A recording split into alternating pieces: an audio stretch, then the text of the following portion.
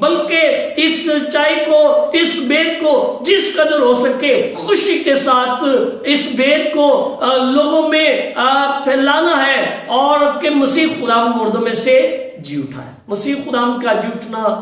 میرے لیے اور آپ کے لیے بلکہ ساری کائنات کے لیے، کیونکہ مسیح خدا نے کہا تھا، لکھا ہے یوحنا کی انجیل 3 باب کی 16ویں آیت میں کہ جو کوئی مجھ پر ایمان لائے گا ہلاک نہ ہوگا بلکہ ہمیشہ کی زندگی پائے گا۔ اور مسیح خدا ساری کائنات کے لیے، بزرگ موسیٰ ایک قوم کے لیے، جبکہ مسیح خدا ساری انسانیت کے لیے رہائی اور نجات کا وسیلہ بنا۔ سو عزیز بھائیوں اور بہنوں، آپ سب کو عید پاشکا بہت بہت مبارک ہو، اور اسی خبر کو، اس بیت کو جیسے خواتین نے جا کر لوگوں میں عام کیا، جیسے فرشتوں نے گواہی دی، جیسے رسولوں نے گواہی دی، اور اسی طرح آج میرا اور آپ کا بھی فرض ہے کہ ہم اپنے ایمان سے، اپنے ایمان سے، اپنے کردار سے مسیح خدا کے جی اٹھنے کی گواہی دیں، مسیح ہمارے خداوند کے وسیلے سے، آمین۔